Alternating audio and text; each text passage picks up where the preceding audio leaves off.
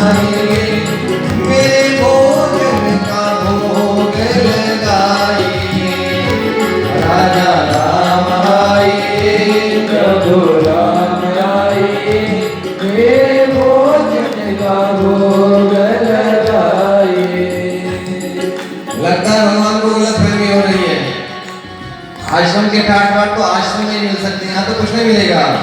ना सुंदर भाव आचमनी अर्घन आरती यहाँ यही मेहमानी।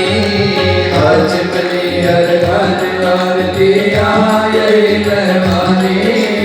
आचमनी अर्घन आरती यहाँ यही मेहमानी। आचमनी अर्घन आरती यहाँ यही मेहमानी।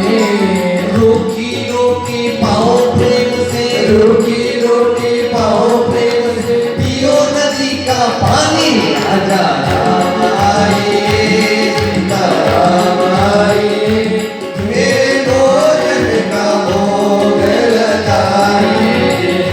राजा राम आए, प्रभु राम आए, मेरे भोजन का भोग लगाए। भगवान नहीं आए। लगता है भगवान को गलतफहमी हो गई है आश्रम की। यहाँ ना अर्घा है, ना आचमनी है, ना घंटी है कि आप इंतजार करो, प्रभु मैं बुला रहा हूँ, आ जाओ। भगवान देख रहे हैं कैसा भोला भगत है। बड़ा सुंदर भाव। भूल करोगे यदि तज दोगे, भोजन रूखे सूखे। भूल करोगे यदि तज दोगे, भोजन रूखे सूखे। वो आश्रम वाले काटते हैं, यहाँ छप्पन भोग का थाल नहीं, यहाँ तो यही मिलेगा। और इस गलतफहमी में रहोगे कि उस आश्रम मंदिर में जो आश्रम में आपको व्यवस्था मिलती है यहाँ नहीं मिलेगी, इसलिए ध्यान रखना। भूल करोगे यदि तज दोगे, भोजन रूखे सूखे। भूल करोगे यदि तज दोगे, भोजन रूखे सूखे। एकादशी आज मंदिर में, एकादशी आज मंदिर में, बैठे रहोगे भूखे। राजा राम आए, प्रभु राम आए, मेरे भोजन का भोग लगाए। राजा राम आए, प्रभु राम आए, मेरे भोजन का भोग लगाए। भगवान प्रसन्न हो गए। जैसे सुना, भूल करोगे यदि तज दोगे, भोजन रूखे सूखे। एकादशी आज मंदिर में बैठे रहोगे भूखे, जल्दी आ जाओ। भगवान खुश हो गए, दर्शन दे दिया। आहा, भगवान को देखा, भाव विभोर हो गए। भगवान के चरणों पर दंडवत प्रणाम कर रहे हैं। लेकिन साथ में कौन दिख गई? सीता जी। अरे ये क्या चक्कर हो गया? तो भैया सीता को देखे, रोटियों को देखे। सीता मैया को देखे, रोटी तो खाना तो दो आदमी का था, अब तीन में बट जाएगा तो मामला गड़बड़ा जाएगा। लेकिन आप दोनों बहुत अच्छे लगते हैं, बहुत अच्छे लगते हैं। आइए ना, पाइए ना। भगवान को बड़े भाव के साथ प्रसादी खिला रहे हैं। भगवान ने बड़ी श्रद्धा से, बड़े भाव से उस भक्त के भाव को जान कर उस प्रसाद को ग्रहण किया और जाने लगे। भगत ने कहा देखो प्रभु, अगली बार आप थोड़ी जल्दी आना। क्यों? मुझे भूख लगती है। हाँ आ जाएगा, चिंता मत करो। भगवान अंदर ध्यान, फिर से वही आश्रम में आए। समय बीता, 1 महीने का समय हुआ, फिर से आ गई एकादशी। गुरुदेव जाना पड़ेगा। भंडारी से कहा अन्न दे दो। गुरुदेव थोड़ा सा बढ़ा देना। क्यों? आपने कहा था कि 1 ठाकुर आएंगे, लेकिन वहां तो 2 आ रहे हैं, तो थोड़ी व्यवस्था। गुरु जी ने सोचा भूख थोड़ी ज्यादा लगती होगी, सामग्री बढ़ाई गई। सुंदर भाव के साथ मस्तक पर ले गए, नदी किनारे पेड़ के नीचे बैठा, भोजन बनाया और फिर से राजा राम आए, सीता राम आए, मेरे भोजन का भोग लगाए। राजा राम आए, सीता राम आए, मेरे भोजन का भोग लगाए। राजा राम आए, सीता राम आए, मेरे भोजन का भोग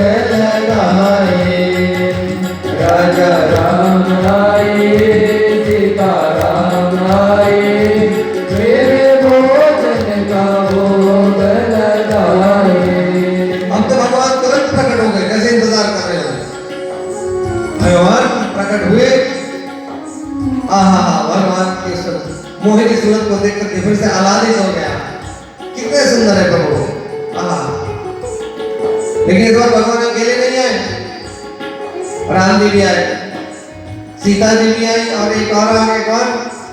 लक्ष्मण भैया को लेकर के आ गए। भगवान को देखा प्रभु कितने अच्छे लगते हैं, प्रणाम किया। सीता मैया को देखा, चलो कोई बात नहीं, लेकिन लक्ष्मण जी को देखा, प्रभु बताओ ना ये कौन है? ये मेरे छोटे भैया हैं। ये सगे भैया हैं कि लगे भगे भैया हैं? सगे वाले नहीं, कोई अड़ोसी पड़ोसी हैं कि नहीं? नहीं, मेरे सगे हैं। अच्छा, लक्ष्मण जी को लगने लगा बड़ी बेइज्जती हो रही है, मामला बिगड़ रहा है। तो एक बात बताओ प्रभु कि गुरुदेव ने कहा था कि रोटी बनाना और भगवान को भोग लगाना, आपके लिए तो कहा था, लेकिन क्या आपके पूरे परिवार का मैंने ठेका ले रखा है? आपको लक्ष्मण को लगा पूरी बेइज्जती हो, तो सच्चिदानंद भगवान की। और लेकिन लगते बहुत अच्छे हैं आप, कोई बात नहीं। फिर उसे जो भोग बना था भगवान को भोग पवाया और कहा आप आइए ना, लगते बहुत अच्छे हैं। जो बच्चा स्वयं पाया, फिर से समय बीता, प्रभु अगली बार आएंगे तो ये बता देना कितने आओगे और समय से आना। सच्चिदानंद भगवान की। और फिर आश्रम में गए, समय बीता, 1 महीने का समय हुआ, गुरुदेव जाना पड़ेगा। आपने कहा था 1 आएंगे, फिर 2 आए, फिर अब 3 आ गए, क्या करें? सामग्री बढ़ा दीजिए, भूख लगती है।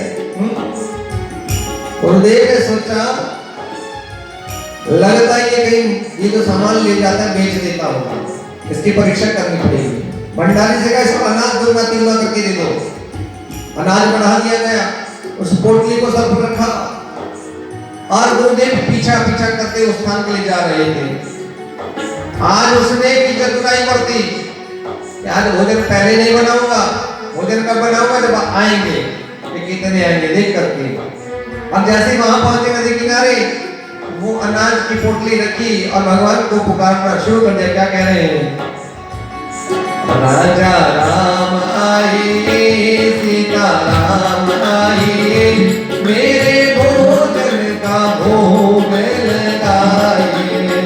राजा राम आए, सीता राम आए, मेरे भोजन का भोग लगाए। अब तो चमत्कार हो गया, राम जी भी आ गए, सीता जी भी आ गए, लक्ष्मण जी भी आ गए, भरत जी भी आ गए, और तो और छोड़ो, आंखें खोली तो हनुमान जी का दर्शन हो गया।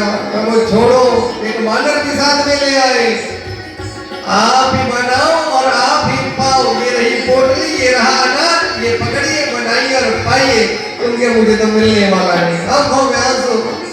जानकी जी भोजन बनाने के लिए तैयार हो गई, भरत जी भंडारे बना रहे हैं, देवताओं के दल आने लग पड़े। अब तो रो रहा, अब तो जो कुछ मिलना था वो भी गया, आंखें बंद, आंखों में आंसू। गुरुदेव ने भी पेड़ के नीचे बैठ कर क्यों रो रहा है? उठाया, अरे क्या हुआ? गुरुदेव आपने कहा था 1 ठाकुर आएंगे, तो 2 आए, 2 तो छोड़ो, फिर 3 आए, अब तो पूछो मत कितने आ गए, कुछ नहीं मिलेगा। एकादशी से अच्छी तो मंदिर की एकादशी थी। जैसे ही गुरुदेव ने कहा मुझे तो दिख नहीं रहे, कहाँ है वो प्रभु? है कहाँ? ये सामने है ना, कि मुझे दर्शन नहीं हो रहे। उस शिष्य ने भगवान से कहा प्रभु मेरे गुरु को भी दिख जाइए ना, अन्यथा मेरी बात पर विश्वास नहीं करेंगे। भगवान ने कहा कि मैं सरल को दिखता हूं, लेकिन तुम्हारे गुरु ज्ञानी तो है लेकिन सरल नहीं है। क्या है? ज्ञानी तो है पर सरल नहीं है, इसलिए मैं दिख नहीं सकता उनको। गुरुदेव ये तो मना कर रहे हैं, ये कह रहे हैं कि आपके गुरु ज्ञानी तो है लेकिन सरल नहीं है और आपको दर्शन नहीं दे सकते हैं।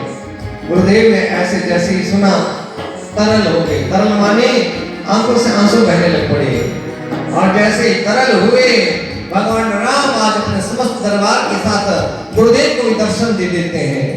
भगवान ने जब दर्शन दिया, गुरुदेव सुनिए ना, हम या तो सरल को मिलते हैं या तरल को मिलते हैं। जब तक आप ज्ञानी थे तब तक मेरा दर्शन नहीं हो सकता था, लेकिन जैसे ही आपकी आंखों से आंसू बहने लगे, आप तरल हो गए, वैसे ही मेरा दर्शन आपको हो गया।